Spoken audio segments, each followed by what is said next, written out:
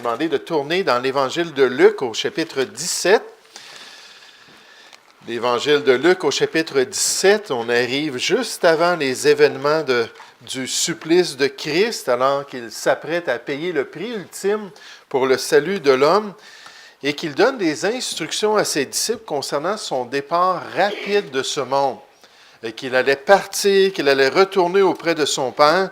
Puis il leur mentionne que certaines rumeurs allaient circuler concernant son retour. Après être parti vers la gloire, certains allaient parler de son retour. Puis juste pour pas qu'il y ait de malentendus, puis que les disciples soient séduits par ces rumeurs-là, il leur donne certaines caractéristiques qui vont être marquantes lors de son retour. Puis là, je ne parle pas de l'enlèvement de l'Église ici, je parle du retour glorieux et visible de Christ au milieu des nations. Donc, Luc chapitre 17, à partir du verset 22. Si vous voulez suivre dans vos Bibles, Luc chapitre 17 au verset 22. Et il dit aux disciples, « Des jours viendront où vous désirerez voir un des jours du Fils de l'homme, et vous ne le verrez point. On vous dira, « Il est ici, il est là. » N'allez pas, ne courez pas après. Car comme l'éclair resplendit et brille d'une extrémité du ciel à l'autre, ainsi sera le Fils de l'homme en son jour lors de son avènement, son retour glorieux. Mais il faut auparavant qu'il souffre beaucoup et qu'il soit rejeté par cette génération. Ce qui arriva du temps de Noé arrivera de même au jour du Fils de l'homme. Les hommes mangeaient, buvaient et se mariaient leurs enfants, jusqu'au jour où Noé entra dans l'arche, le déluge vint et les fit tous périr.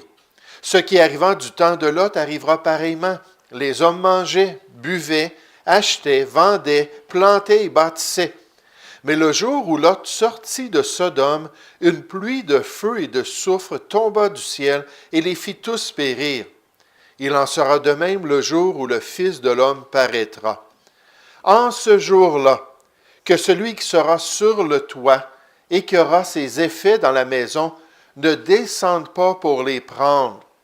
Que celui qui sera dans les champs ne retourne pas non plus en arrière. Souvenez-vous de la femme de Lot, qui alors qu'elle se sauvait de la ville de Sodome et du jugement de Dieu, s'est retournée pour regarder son ancienne vie. Il dit, souvenez-vous de cette femme. Celui qui cherchera à sauver sa vie la perdra, et celui qui la perdra la retrouvera. Je vous le dis, en cette nuit-là, de deux personnes qui seront dans un même lit, l'une sera prise et l'autre laissée. De deux femmes qui moudront ensemble, l'une sera prise et l'autre laissée. De deux hommes qui seront dans un champ, l'un sera pris et l'autre laissé. Les disciples dirent, « Où sera, Seigneur? » Et il répondit, « Où sera le corps? » Ou le mot veut dire le cadavre. « Où sera le cadavre? Là s'assembleront les vautours. » Le titre de mon message ce matin, c'est « Les caractéristiques de son retour ». Jésus annonce qu'il s'en allait souffrir. Il annonce qu'il s'en allait payer pour les péchés de l'homme, mais qu'un jour, il allait revenir et qu'il allait avoir certaines caractéristiques pour s'assurer que les disciples ne manquent pas son retour. Et j'aimerais qu'on puisse regarder ce matin ces caractéristiques et que ça puisse nous aider à apprécier le salut que Dieu nous a donné. Lorsqu'il va revenir pour son Église, ça va être merveilleux, c'est notre bienheureuse espérance. Lorsqu'il va revenir pour les nations du monde, ce ne sera pas un jour agréable du tout. Mais gloire à Dieu, on a été délivrés, nous qui sommes sauvés, on a été délivrés de la colère à venir. Nous allons prier ensemble.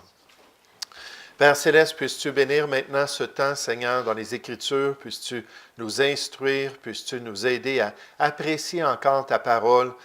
Et Seigneur, puisqu'elle est vivante et efficace, et puisque tu désires transformer nos vies, puisses-tu, Seigneur, l'utiliser ce matin. Seigneur, merci pour ce beau témoignage de salut que nous avons entendu. Merci, Père, pour ce cheminement spirituel qui a amené Pierre à comprendre la différence entre la religion humaine et une vraie relation avec toi.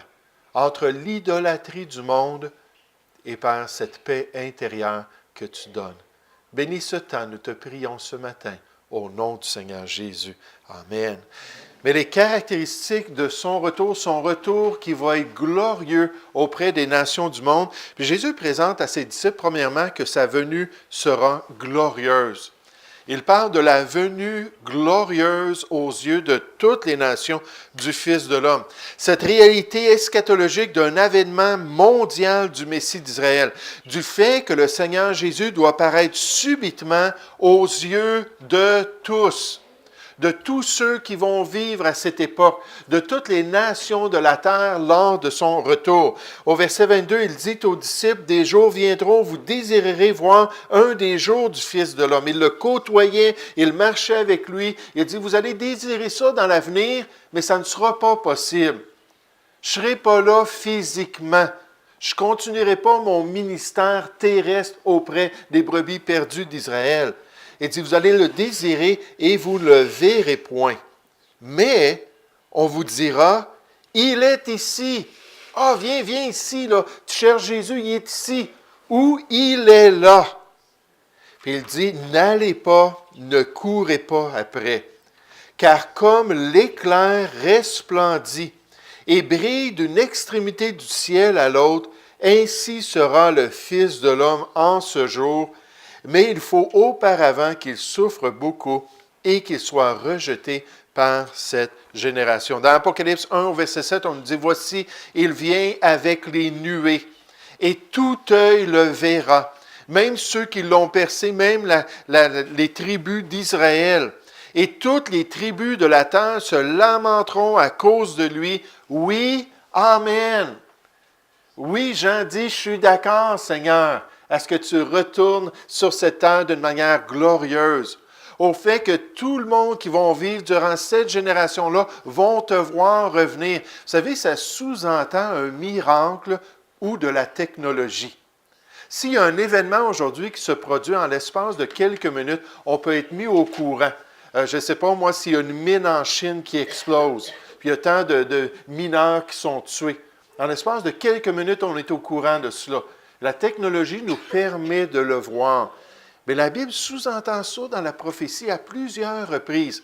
Mais d'une manière ou d'une autre, quand Jésus va revenir, ça va être d'une manière que tous vont pouvoir en être témoins. Dans Apocalypse chapitre 6, au verset 15, on nous dit « Les rois de la terre, les grands », en parlant de ceux qui vont être témoins de cet événement-là, les chefs militaires, les riches, les puissants, tous les esclaves et les hommes libres, se cachant dans les cavernes et dans les rochers des montagnes. Ce n'est pas étonnant parce que ça va être une génération méchante lorsque Jésus va revenir.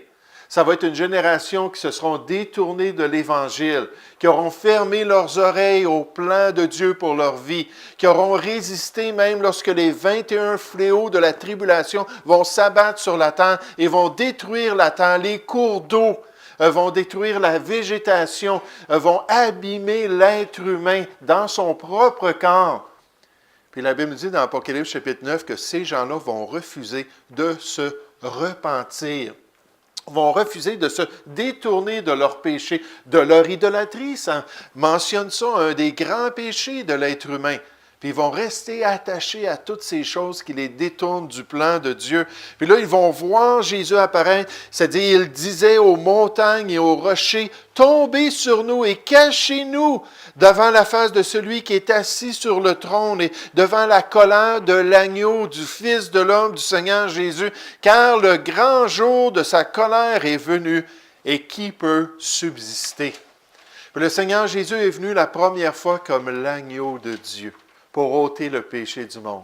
Et il va revenir d'une manière glorieuse comme le lion de la tribu de Juda pour exécuter la colère de Dieu sur la terre et manifester ce que le Seigneur désire concernant les nations.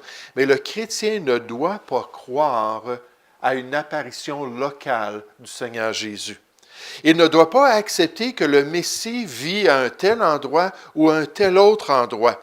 Puisque Jésus a dit, n'y allez pas, quand je vais revenir, ça va être évident pour tous. Vous dites, oui, mais c'est clair dans la Bible, pourquoi est-ce que tu nous dis cela? Vous savez, dans l'histoire, il y a plusieurs qui ont été séduits par des gens qui se sont dit le Messie. Je vous donne quelques exemples de cela. Par exemple, cet homme-là qui s'appelait Sun Myung Moon. qui était le fondateur des Moonies dans les années 50 en Corée du Sud. Puis là, il s'est levé puis il a dit, « Je suis Jésus-Christ réincarné. Je suis le Fils de l'homme sur la terre. Je complète l'œuvre que j'avais déjà débutée en Palestine il y a 2000 ans. » Puis là, parmi certains qui ont commencé à se joindre à lui, en Corée du Sud en particulier, il y avait des gens qui assistaient dans des églises chrétiennes, qui sont allés le voir, puis qui l'ont écouté, puis ils ont été séduits par le fait qu'il était là en Corée du Sud, puis qu'il était là pour les amener dans les voies de Dieu, puis pour pouvoir connaître son Père céleste.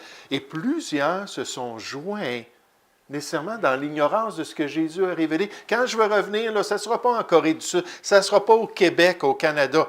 Non, ça va venir d'une manière internationale. Tout le monde va le voir. Ça va être très différent. Puis malheureusement, ils ont été séduits par cela. Puis cet homme-là est décédé en 2012 à l'âge de 92 ans et il avait vécu comme un pacha parce que les gens avaient mis leur foi qu'il était le Fils éternel de Dieu. Non, le Seigneur nous dit que ça ne se passera pas ainsi. Un autre personnage, son nom il s'appelait David Koresh. Il habitait aux États-Unis, dans la ville de Waco, au Texas. À un moment donné, je suis allé visiter Houston, puis en passant près de Houston, on a passé, puis là, j'ai vu une sortie Waco. J'ai dit, sais-tu Waco? Waco? Ils ont dit, oui, c'est Waco, Waco. Et les Davidiens habitaient là. Il dit, oui, oui, c'est juste un peu plus loin, là, sur une route de campagne, là. Puis lui, cet homme-là, a dit, je suis Jésus-Christ. Vous devez me suivre, je suis le Fils de l'homme. Je suis revenu sur la terre. Puis là, des gens parmi les chrétiens au Texas et de d'autres personnes ont commencé à se joindre à lui. Jusqu'à temps qu'il devienne tellement intense dans ses déclarations. Par exemple, il a demandé à tous les couples du groupe de permettre à la femme de venir dans son lit parce que chaque femme devait porter la semence du Fils de l'homme. Là, quand il a fait ça, il y en a qui ont décroché. Puis ils ont essayé de se sauver, mais c'était terriblement difficile de le faire. Mais là, on dit des gens qui se disaient chrétiens, des gens qui disaient suivre la parole de Dieu, connaître Jésus-Christ, qui ont tombé pour cet homme-là, puis qui ont suivi cet homme-là. Mais la Bible nous dit dans Matthieu chapitre 24 au verset 5, « Car plusieurs viendront sous mon nom, disant que je suis le Christ, disant c'est moi qui suis le Christ, et ils séduiront beaucoup de gens. » Savez-vous pourquoi? Parce que parmi ceux qui se disent chrétiens, il y en a qui ne lisent pas ce livre-là. Alors, on a entendu dans le témoignage le curé qui ne pouvait même pas citer la Bible et défendre ses croyances. Puis malheureusement, dans les bonnes églises puis dans des bonnes familles chrétiennes, il y en a qui ne lisent pas la parole de Dieu et qui ne peuvent pas être guidés par les Écritures. Mais Jésus leur dit premièrement que ça va être un retour qui va être glorieux. Un retour aux yeux de toutes les nations. De même, il dit, les hommes ne seront pas prêts pour ce retour-là. Les gens qui vont vivre à l'époque où le Seigneur Jésus va déchirer les cieux et va descendre sur cette terre pour établir son royaume, ne seront pas prêts. Ça va être des gens qui seront dans les ténèbres et des gens qui n'auront pas disposé leur cœur, des gens qui vont être dépourvus, qui vont être terriblement surpris. Puis comme les gens qui ont été détruits par le déluge à l'époque de Noé, ou les gens qui ont été détruits, la population de Sodome à l'époque de Lot, il dit ça ne sera pas différent, ça va être d'une manière généralisée sur la terre. Les gens ne seront pas près de Dieu, puis ne comprendront pas les signes des temps. Regardez dans notre passage dans Luc chapitre 17. On le dit au verset 26, « Ce qui arriva du temps de Noé, arrivera de même au jour du Fils de l'homme. » Ça va être la même expérience humaine, la même surprise envers le jugement de Dieu et nécessairement l'effet du jugement qui va frapper les hommes. Les hommes mangeaient, buvaient, se mariaient leurs enfants, ils avaient toujours une société fonctionnelle, ils avaient toujours des activités standards pour l'être humain, jusqu'au jour où Noé entra dans l'arche. Le déluge vint et les fit tous périr, à part ceux qui ont écouté le message de Noé, à part ceux qui ont dit, on a besoin de rentrer dans l'arche. Et malheureusement, c'était juste sa famille, juste les gens de sa maisonnée qui étaient disposés. On nous dit, verset 28, « Ce qui arrivant du temps de Lot arrivera pareillement. Les hommes mangeaient, buvaient, achetaient, vendaient, plantaient, bâtissaient. Ils avaient toutes leurs activités, ils avaient toute leur routine coutumière. Mais le jour où Lot sortit de Sodome, une pluie de feu et de soufre tomba du ciel et les fit tous périr. Il en sera de même le jour où le Fils de l'homme paraîtra. Les gens ne seront pas prêts. Et vous savez, lorsqu'on parle aux gens dans notre société et dans notre génération, on s'aperçoit que la plupart des Québécois ne seraient pas prêts non plus. La plupart des gens qu'on côtoie ne croient pas à la parole de Dieu, ne seraient même pas prêts à dire, bien, donne-moi-en une Bible, puis je vais la lire, puis je vais essayer de trouver mon chemin à travers ça.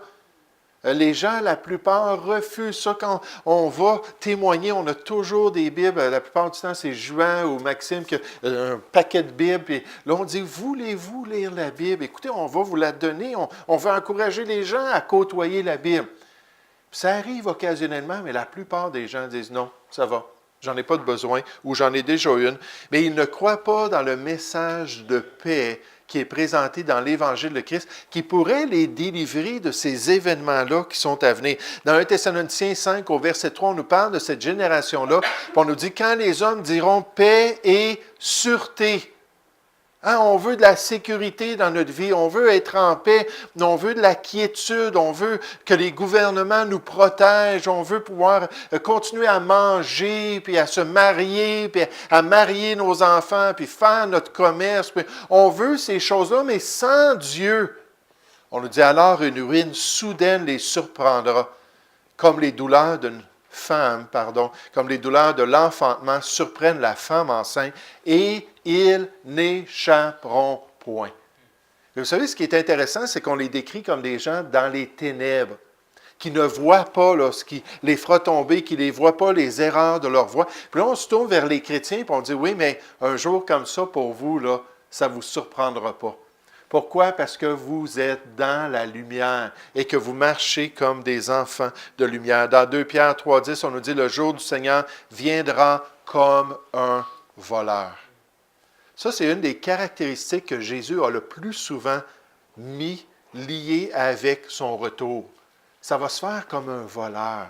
Quelqu'un me disait cette semaine, ça fait des siècles et des siècles que les gens entendent parler du retour de Jésus, que les chrétiens attendent son retour. Ça ne s'est pas encore produit.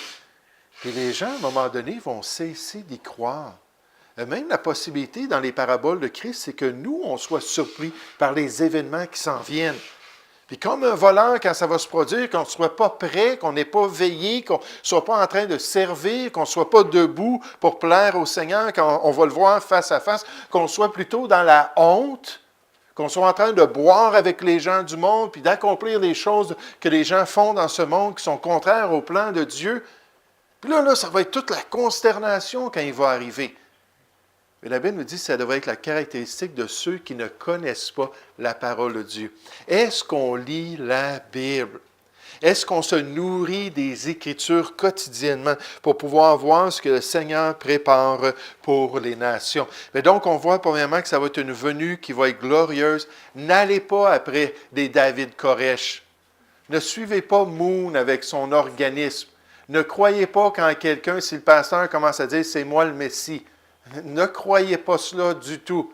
Parce que quand Jésus va revenir, ça va être dramatique et ça va paraître. Et dernièrement, Jésus souligne un aspect. Et cet aspect-là, lorsqu'il parle des hommes nécessairement qui ne seront pas prêts, il parle de l'effet de sa venue sur cette génération. L'effet de la venue de Christ, le changement qui va être radical lorsque Jésus va paraître. L'expérience de l'homme va changer à tout jamais, la Bible nous dit.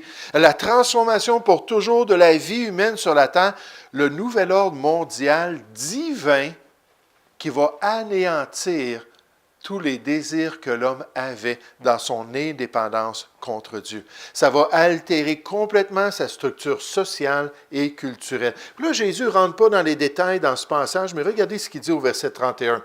On nous dit, en ce jour-là, que celui qui sera sur le toit et qui aura ses effets dans la maison, tes biens, ton matériel, les choses que tu aimes, ne descendent pas pour les prendre. Et que celui qui sera dans les champs ne retourne pas non plus en arrière. Puis dans un autre passage, on rajoute « et que la femme enceinte périt », que ça ne se produise pas à tel temps dans l'année. Parce que ça va être extrêmement difficile pour une femme enceinte de vivre cela. Là, ça nous dit « souvenez-vous de la femme de Lot ». Dieu dit « c'est là ma volonté, c'est dans cette direction-là que je t'envoie ». Puis elle a détourné son regard de la volonté de Dieu, puis elle a regardé en arrière. Puis Dieu l'a jugé à cause de ça. Souvenez-vous, celui qui cherchera à sauver sa vie la perdra, et celui qui la perdra la retrouvera. Je vous le dis, en cette nuit-là, de deux personnes qui seront dans un même lit, l'une sera prise et l'autre laissée. Il y a des gens qui disent, oui, c'est l'enlèvement, cela. Non, non, le Seigneur Jésus va rassembler, quand il va descendre pour établir son royaume dans Matthieu 25, il va rassembler toutes les nations, puis il va mettre d'un côté les brebis, ceux qui ont fait sa volonté, et les boucs. Donc, il va aller les chercher, ces anges vont venir, puis ils vont nettoyer toute la terre, puis tous les gens qui se disent croyants, puis ils vont prendre les vrais croyants, puis ils vont les mettre comme le blé auprès du Seigneur, puis ensuite le restant, la paille, puis les mauvaises herbes, ça va tout être brûlé. On va voir ça dans un instant. Donc, on ne parle pas de l'enlèvement ici. Mais il dit, je vous le dis, verset 34, « En cette nuit-là, de deux personnes qui seront dans un même lit, l'une sera prise et l'autre laissée. » Donc, il va y avoir une division dans les familles. De deux femmes qui moudront ensemble. L'une sera prise et l'autre laissée. Il va y avoir des divisions même au niveau du travail. De deux hommes qui seront dans un champ. L'un sera pris et l'autre laissé. Les disciples lui dirent, « Où sera, Seigneur? » Puis là, Jésus cite un passage qui est difficile à comprendre dans l'Ancien Testament. Ça dit, « Où sera le corps? Là s'assembleront les vautours. » Puis le mot peut vouloir dire un aigle aussi. Il y avait comme deux significations, donc des fois, c'est traduit l'aigle. Mais donc, ça va se produire ainsi. Un changement radical pour les nations. Regardez rapidement dans Matthieu chapitre 13, s'il vous plaît. Je veux juste vous faire remarquer dans les paraboles du royaume comment le Seigneur Jésus décrit cet événement-là lorsqu'il va revenir dans sa gloire.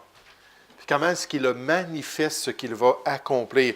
Je le sais ce matin, j'ai vu des gens regarder l'horloge, tout ça. Je le sais ce matin, là, c'est un petit peu plus long. Mais je veux juste me rappeler, quand moi j'ai été sauvé, nos réunions commençaient à 9h30 le matin, puis finissaient à 1h l'après-midi. C'était des réunions comme ça, là. Fait que, il faut des fois, là, il y a des exceptions, puis on s'adapte un petit peu avec tout cela. Puis on ne fait pas exprès, par contre. Je sais qu'il y en a qui vont avoir faim, des enfants, tout ça. Mais je pense qu'on peut juste honorer le Seigneur pendant encore quelques minutes. Mais dans Matthieu chapitre 13, dans les paraboles du royaume, il dit au verset 40, il dit, comme on arrache l'ivraie, puis là, c'est là qu'on voit la séparation des gens là, qui vont vivre dans cette génération-là, comme on arrache l'ivraie et qu'on la jette au feu, il en sera de même à la fin du monde.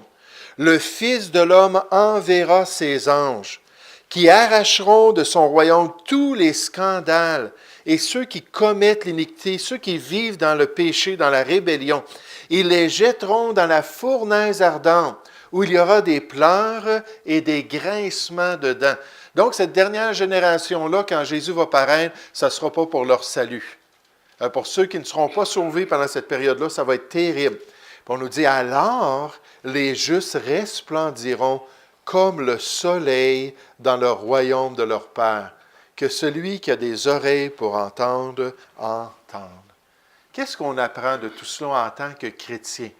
Pour ceux qui connaissent le Seigneur, pour ceux qui ont cette relation-là, premièrement, on peut dire « Merci Seigneur que tu m'as délivré de ces choses-là. Merci Seigneur que maintenant je fais partie de ta famille. Merci Seigneur que les événements à venir, ça va être merveilleux de pouvoir aller dans les nuées et dans ta présence. » Mais en tant que chrétien, deuxièmement, il faut aussi s'attacher aux bonnes choses. Le monde qu'on voit autour de nous va passer. La structure sociale, la structure économique, l'aspect culturel, toutes ces choses-là ne sont que temporaires. Puis en tant que chrétien, on doit avoir des priorités, puis on doit s'attacher à quelque chose de plus permanent. Puis la Bible nous dit que c'est le royaume de Dieu qui est permanent. Si donc vous êtes ressuscité avec Christ, si comme Pierre, vous avez expérimenté la nouvelle vie, vos yeux se sont ouverts, vous avez compris le message de l'Évangile, vous êtes passé des ténèbres à son admirable lumière, on nous dit cherchez les choses d'en haut. Oui, mais cet après-midi, j'avais une activité, ça va finir plus tard ce matin. Oui, mais cherchez les choses d'en haut, où Christ est assis à la droite de Dieu.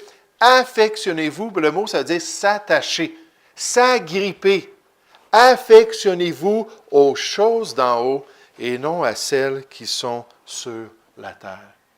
Je n'irai pas parce que je pense que les gens veulent qu'on termine, peut-être certains, mais dans 2 Pierre, chapitre 3, à partir du verset 10 à 14, ça nous dit tout simplement qu'en tant que chrétien, à la lumière de tout ce qui s'en vient, la lumière de ce monde qui va être consumé par le feu, même les atomes, on nous dit de la poussière, toute la première création, la première terre, les premiers cieux, tout va être rasé par Dieu.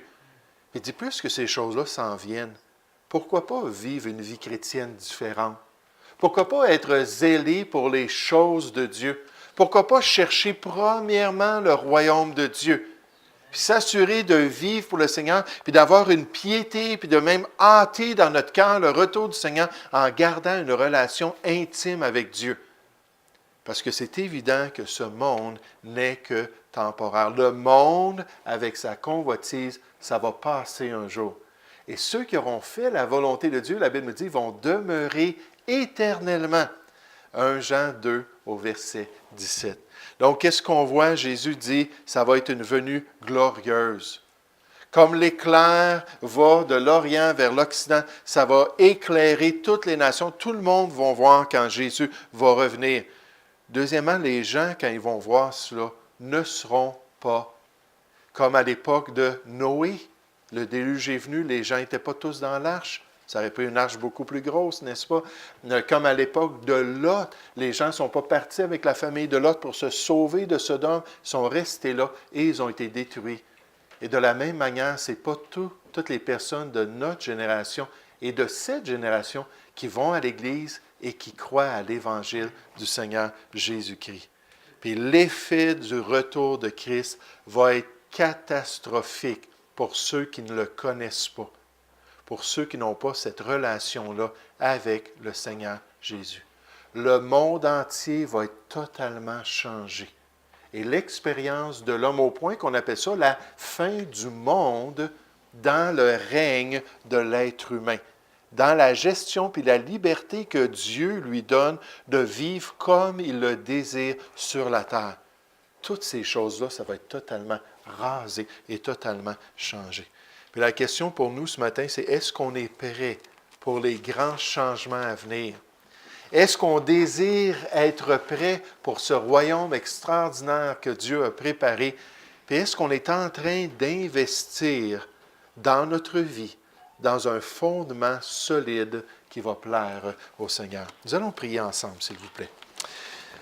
Ô Père Céleste, j'aimerais te remercier, j'aimerais te louer ce matin pour ce beau passage des Écritures et Seigneur, pour le fait que toute cette espérance qu'on a en tant que chrétien nous est donnée à cause de l'œuvre de Jésus-Christ. Ô Père Céleste, je te prie que tu puisses nous aider à avoir les bonnes priorités. Je te prie, Seigneur, que les gens de notre société puissent se tourner vers ta grâce. Et Seigneur, que le plus possible d'entre les païens puissent rentrer avant la venue de cette grande période de jugement. Merci pour ta patience, Seigneur. Merci encore pour la possibilité d'évangéliser ceux qu'on côtoie. Et merci, Seigneur, pour cette liberté de pouvoir vivre pour toi. Guide-nous dans tes voies, je te prie, au nom du Seigneur Jésus. Amen.